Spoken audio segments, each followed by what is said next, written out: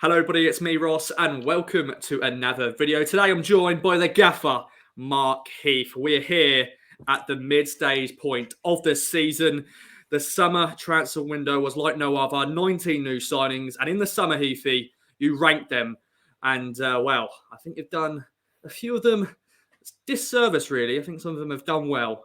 So we're going to go through the 19 players and see where they are now. So Heathy, over to you. Let us know you're working out of where you decided to put players. Is it because of their performance and stuff like that? Yeah, so back in September, I ranked the 19 summer signings 1 to 19. Yeah, and I decided to revisit it because obviously things have changed quite a lot. Town have got a new manager. It's the halfway stage of the season, like you say. And to be honest, Ross, I got a lot of things wrong. Made a lot of errors in that ranking with the benefit of hindsight. So I thought it'd be fun to go back, take the mick out myself a little bit, and look how much I did get wrong. So should we start with number one? Now, number one originally, when I first ranked this lot was Bersant Salina. Essentially, recency bias, obviously in on the final day, along with Sam Morsi, and everyone's very excited. So I put him number one. He's not number one though in my re-rankings. Number one in my re-rankings is the fridge, George Edmondson. I think there's probably maybe 1, 2, 3 players you could put top, but for me, Edmondson is emerging as the class of the summer signings. Obviously very consistent, can do everything you need from a central defender. As I say, he's class, and also he can do the physical stuff as well. And also he's a great little host on Coffee Club. So he's a triple threat. So yeah, George Emerson's number one for me. Originally in my list, he was 13th, so I was way off with that. And Andy Warren did point out at the time that he was way too low. What do you reckon, Ross? Who would be your number one? That is my shout too, and I think that's a many Town fans shout. I think he's emerged as one of the best signings of the summer, and he's been one of the best performers. I think once again he was a bit of an unknown, really. I know he was playing for Rangers, but we just didn't know what to expect from him in League One. At one stage, I'll probably put Mccauley Bond as number one after his firing start, but of course now he hasn't scored for a while, so he's gone down the list a bit. But George Emerson, I think, is a good choice for number one spot. Second for you. Second for me, just going back to Emerson very quickly. To be fair to myself, when I did the September rankings, we hadn't actually seen Emerson play. Yeah, true. So, I mean, obviously he was injured, wasn't he, originally? Yeah. And all we knew was that he was ex-Rangers, had serious pedigree. So there you go. I was wrong, but take that into account, please, friends. Number two for me is the man you've already mentioned. I think you could make an argument he could be number one. Mccauley Bond, obviously came in, was probably behind Joe Piggett on the striker depth chart originally, but started like his shorts were on fire. Obviously has scored 11 goals in a bit of a goal drought at the moment, but still, I think in terms of impact, you could argue that Bond could be number one. I've got him number two. I originally had him 7th on my list, I think. He has been better than we expected. I think we all thought he'd be good, but I don't think we all thought he'd be sitting here with 11 goals already. So fingers crossed, new man in, he can get Bond back firing. What do you reckon? Yeah, I think so. I think we're just expecting best we could from Mccauley Bond. Really, he's a Town fan. He was always going to put that extra 10% because he's wearing that badge. And well, I was shocked the amount of goals he did score. Of course, we'll try to forget about the Charlton and miss. I think that's maybe put him down a tiny bit, but he has proven to score since then. But no, I think a fair choice. I think I would probably put him second as well. Once again, I think him and George Emerson just pips him a little bit because of his consistent performances. Yeah. But Mccauley Bond, fair play, my friend. Yeah, I think those are probably the only two you could really argue about being top of the pile. Number three, however, is someone, again, I've moved a long way up the list. He was originally 12th on my list, and I compared him to Gwion Edwards. He is Welsh, but that's about the only comparison you can make now because Wes Burns has been tremendous. Yes. He is probably Town's most direct player. You know exactly what you're going to get from him. He's going to try and beat your man and put a cross into the box, try and create something, which is great. Obviously, we've seen how much Town have missed him recently with Bond's goals drying up pretty much since Burns has been out. So Wes Burns would be my number three, as I say, moving up significantly on my original list. I think that's a good shout. Unfortunately, the injuries, I think he probably would be on the top of everyone's list. I know George Emerson's been performing well, but Wes Burns has been consistently a threat and getting assists and getting goals. But just, standard curse of Ipswich Town. Injuries, it just hits you. Even when you're performing so well and out of nowhere, boom, you're gone like that. But thankfully he's back and hopefully we'll see more of him in the next few games. But number 4. Number 4 is the man who was originally number 2 on my list. The final signing on deadline day, Sam Morsi. Yeah, I still think he deserves to be top 5. Obviously, he's Town's captain. He's not been as good as Paul Cook promised us he would be. He's not been like a force of nature who just swept everything before him. He has been down at times, notably in that Charlton game, obviously, where the whole team were in complete disarray after Cook's sacking. But we know that he's determined to prove that the season isn't dead. I know this because he told you personally, Ross. Yes, he's taken it as a challenge. So I think he's got a bit of fire in his belly. He'll be fired up to work under a new boss. Clearly, Sam Morsi does not want to be in League One for any longer than he needs to be. I think it was probably sold to him that this would be a one and done type of season. So yeah, number 4, I think, for Morsi. Probably not deserving of being right up the top, but I still think top 5. What do you reckon? Yeah, I think top 5 definitely. I think he's been the captain that we needed. He has been the leader on the pitch. Minus the Charlton game. I think we want to forget about that very quickly. But I was so impressed with him in his first few games, and he did get a lot of pressure on his shoulders when Paul Cook said when he comes in, we won't have any of those performances like Bolton. And of course, we've had a few bad performances, but I think he definitely deserves top 5. And as you say, he doesn't want to be in the League One any more longer than he has to be. But I think top 5 is where he deserves to be. Number 5, who's in the finished spot in top 5? Top 5 rounded out with a man who I put quite a long way down the list originally. Basically on the grounds that he was a keeper, and I can't get excited about keepers. But now I am quite excited about Christian Walton. So originally he was 15th on my list. He's now 5th. I think he's been tremendous. Clearly established himself as Town's number 1. Made some superb saves. Kept Town in games at times. He's also, I think, brought a kind of calm assuredness and kind of understated leadership that Town need. You always want your keeper to be commanding and have that kind of authority. So yeah, and obviously he's been linked with a move back or a recall back to Brighton and then being sold in January.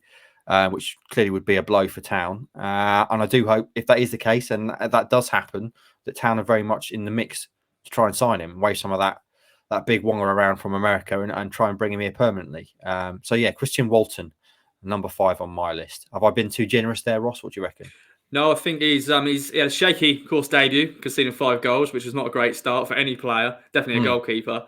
But I think, yeah, he's proven the quality he has, during his, he's a Premier League goalkeeper at the end of the day. He's coming from Brighton. I know he doesn't play for them regularly. And one thing I've got to take away from Christian Walton, he's done a lot of interviews post-match. I think he's done at least 2 or 3. So big credit for him to speak after some games. I think one of the games was the Portsmouth game. So, of course, he's going to be happy to speak then when he's got a clean sheet and we won 4-0. But he's done a few other interviews since then. So big credit for him. Number 6. Number 6 is kind of a non-mover, really. Number 6 for me is Conor Chaplin, who was 5th on my original list. So he dropped 1 place, but essentially not really moved. I think obviously we knew Chaplin coming in, dropping down from the Championship, where he's a key part of that Barnsley side that reached the playoffs last season. And although he's been in and out of the side and kind of all over the pitch in terms of where he's played, he has scored 6 goals. And I think generally he's been good wherever he's played. It looked as though he's going to be the starting number 10, didn't it, for a little while? And then he dropped out of the side. And also, the other thing I like about Conor Chaplin is he's a bit of a scrapper, isn't he? Yeah. He's always in the thick. If there's a little bit of handbags going on, he's generally in the middle of it, which I like. He's got an edge to him. So he is my number 6. I think that's good. I think that's a good decision. I think I'm a big fan of Conor Chaplin. As you said, he's a scrapper, but he's also got a bit of swag to him. He gets the ball. He scored a few goals as well. He's had a few injuries, unfortunately, and he's had to bide his time to get back in the squad. But I'm looking forward to next year. I think he's going to be a key player in that push of the season that could not be dead. We'll have to wait and see on that. Hopefully he can be a player that can thrive under new management. Shall we quickly go through a quick fire now, 7th, 8th and 9th, just to speed up the process. Who's swapping and changing these positions? Okay, so number 7 is who's the man who's originally number 1 on my list, Bersant Salina. He dropped down to 7. Number 8 is the man who I was so wrong about. Originally dead bottom, rock bottom of my list. Sonny Aluko has climbed from 19th up to 8th in my list.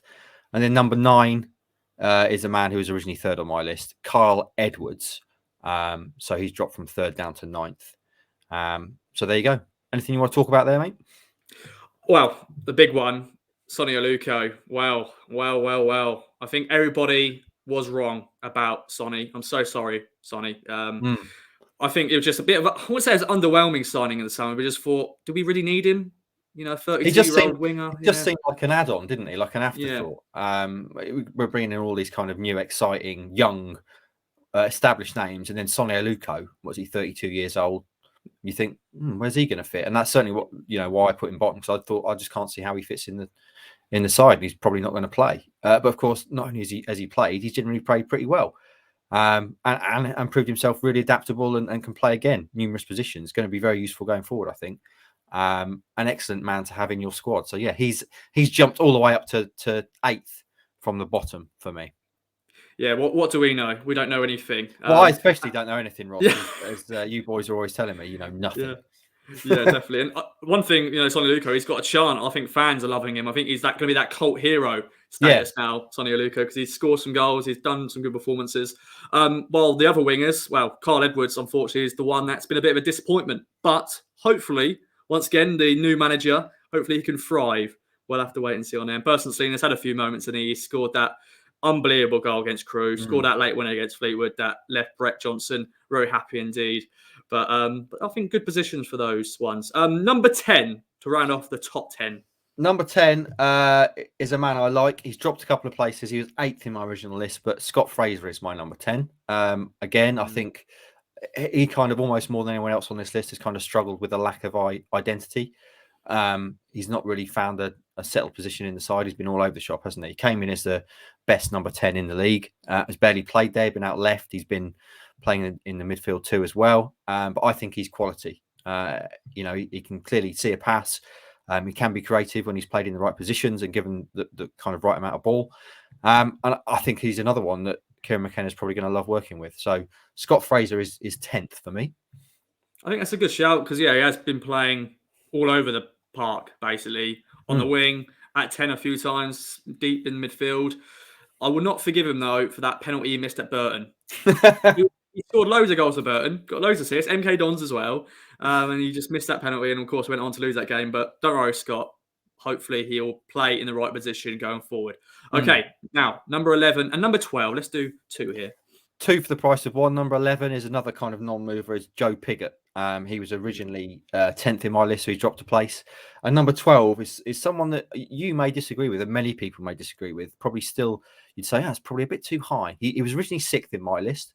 He's now 12th, Hayden Coulson. Now, let me explain my working here. Obviously, Hayden Coulson, we've barely seen him. So you could argue he should be lower on the list, but I think he's still quality. And when he's played, he's generally been good. And clearly, ideally, he'd be Town's starting left back. But the thing is, with Mr. Cook, we never really got any sort of update on injuries and stuff. So we don't really know where Hayden Coulson is. He's not played since that win over Wickham. He came off early there, if you remember. So yeah, Hayden Coulson is my 12. I can fully understand people going, Heath, you know nothing. He should be much lower. And that's just my wife. But yeah, so 11 is Piggott, 12 is Coulson. What do you reckon? I think that's a good shout. Piggott has not had an opportunity really to play. Last year, 20-plus goal for Wimbledon. Of course, Bond has been the man firing, and now Norwood's back in the fold. So, Piggott has to fight again. But I think that's a good, fair position for him because when he has played, he has scored and has shown what he can do. Yeah. And Coulson, the injury curse once again. When he has played, he's played well, but he hasn't played enough to probably get into the top 10. But I think that's a good position for him. 13th, unlucky 13 for Son. What you got? Who's going there? Unlucky 13. He's up a place from 14 in my original ranking. Lee Evans. I couldn't put him any higher, really. And I didn't really feel like he merited being any lower. He's still, I would say, struggling for consistency. Obviously, he scored that hat-trick against Doncaster, and we all thought, this is going to be amazing. This is a lift-off for him. But again, at times, he can kind of drift, can't he? So we'll see. It'll be interesting to see. Clearly, he was one of Cook's boys and played alongside Morsi a lot. It'll be interesting to see what Kieran McKenna makes of Lee Evans, and because there'll be other players that may be moving up the list and maybe taking his place, which we'll come on to next, in fact. Yes, and I have to admit, his top spot for knee slides, because that was a nice knee slide for his hat-trick. That was very good indeed. And that's the highlight of his career at Town so far. Now let's get to 14th, 15th and 16th. Okay, 3 in a row. Right. So the 14th is a man that I think may benefit most of everyone, of all the new signings from Kieran McKenna coming in, and that's Tom Carroll. Clearly a guy who McKenna knows from Spurs, trained, worked with him there. Clearly a man with huge pedigree and technical ability. Injuries have blighted his career, and again, they've hit him at Town. I think he's only played 8 games. But I can see him playing a big role under McKenna, and I wouldn't be surprised, like I say, if he comes in and maybe takes Evans' spot, if McKenna wants a more kind of cultured, technical player in midfield. So he's 14th. He was originally 18th on my list, so he's climbed a bit. 15 is Matt Penny, a non-mover, really. He was 16th originally. Again, Penny, there's good and bad, isn't there, with Penny? And then 16th, dropping down from 9th, is the man who I thought was going to be tremendous. The dream, Raheem Harper. Again, another one, a bit like Scott Fraser, who's kind of struggled to find an identity. He's been obviously started as the Lee Evans partner in the deep midfield too. Quickly got kicked out by Morsi when he arrived, and then Cook tried to play him a bit further forward, didn't he, as an impact sub? And that, again, never really got going. So he's kind of a man without a role at the moment. But again, another one with pedigree and an impressive background. So you wonder again, could McKenna be key to invigorating him at Town? Yeah, I'll give your shout with Tom Carroll. I think he'll thrive under McKenna. Hopefully he doesn't get injured. That is, once again, that's been his problem. That's a big question, yeah. Big question. Yeah. Hopefully he can stay fit and play in that midfield. And Raheem Harper, yeah, he's a bit lost in he at the moment. I don't think he knows his position. I don't think no one knows what his best position is, but hopefully we'll find out. And watch back to a previous video that me and Andy did on players that can benefit under the new management on McKenna. Watch that back and hope you enjoy it. Now, who are going in the relegation zone? Who is in the bottom 3 positions? The bottom 3 places. Well, I don't think anyone's going to be surprised by the bottom one. So I'll start with 17th. 17th is my big faller. He was originally ranked 4th in the list. I was told at the time by Andy Warren that was too high. And now some may argue he's too low, but he's 17th in my list. Cameron Burgess. I just think he's looked way too shaky when I've seen him play. He's a big old unit, isn't he? And he looks very wobbly at times on the turn. Clearly, when up against pace, he struggles. We saw him struggle hugely against pace, League Two pace at Barrow, which was very concerning to me. So he's all the way down in 17th. 18th is the man who we thought was going to be Town's #1 keeper, Václav Hladky, your favourite name to say, Roscoe. Again, it's just not really worked out for him, has he? The jump from League Two to League One's clearly been slightly bigger than he expected, and he's very much firmly a backup stopper now, and he hasn't really now got the benefit of playing any cup or trophy games to try and further his cause for the rest of the season. So it's not really worked out for Václav. We'll see what happens there. And then 19th and rock bottom, I'm sure no one will disagree with this, hopefully, Louie Barry. We all thought he was going to be tremendous, didn't we? I mean, when he signed, everyone was watching that goal he scored for Villa against Liverpool in the Cup. There were numerous flame emojis being sent around WhatsApp groups, quite a lot in ours. And yeah, I thought he'd be better than he is. But obviously, Bersentina coming in has kind of pushed him down the pecking order. And he's just never really got going, has he? We've never really seen him play, do anything. I think the last time he was even involved was with Colchester in the Luke Chambers Super Bowl derby. So yeah, Louie Barry is rock bottom for me. Am I wrong? No, you are definitely not wrong with Louie Barry. It just hasn't worked out for him. I think once again, when the Selena deal went over the line, it was pretty much curtains for Barry, and he's had to fight for his place. But then I think for him, he's probably got an opportunity to be around the first team picture, get that experience. Cameron Burgess, though, I think it's a bit harsh. He has been a bit shaky at times. I think it's a bit harsh. That's fine, mate. Where would you put him? I think he's got to be above maybe Tom Carroll on that lot, because he has played a lot, even though he's had a few bad performances. But I think he at least maybe gets 12th, something around there, a little bit, maybe above those sort of players who hasn't played as much. But yeah, he's a bit shaken. We'll have to see where Cameron Burgess sort of works out. Now, possibly with McKenna, he could play free in defence. So there's an opportunity for him to play alongside Wolfie. And also, of course, the fridge. Emerson. Well, Heathy, that was a fantastic list. A lot of changes there. I'm sure that could change at the end of the season. Any other notes before we wrap up? No, I mean, you're probably right in Cameron Burgess. I think a lot of that was coloured by how bad he looked against Barrow, which probably dropped him quite a long way down the list. There are others, I think, Hayden Coulson, I think you could argue is probably too high given what he's actually done so far. He's barely played. But I don't think anyone could argue with Barry at the bottom. And as I say, I think there's probably only 2 or 3 players you could legitimately put at the top: Edmondson, Bond, and potentially Burns if he played a bit more. So yeah, there we go. Let's just see. Number one, this proves that I really know nothing. I'm wrong about almost everything when it comes to football. So let's just see, come the end of the season, where these lot rank again. Indeed. Well, thanks everybody for watching. Heathy, thank you very much for joining me. Let us know in the comments down below. Get involved. Your player rankings of the summer signings. 19 summer signings. Crazy. I'll be back for many more videos soon. Catch you then. Bye-bye for now.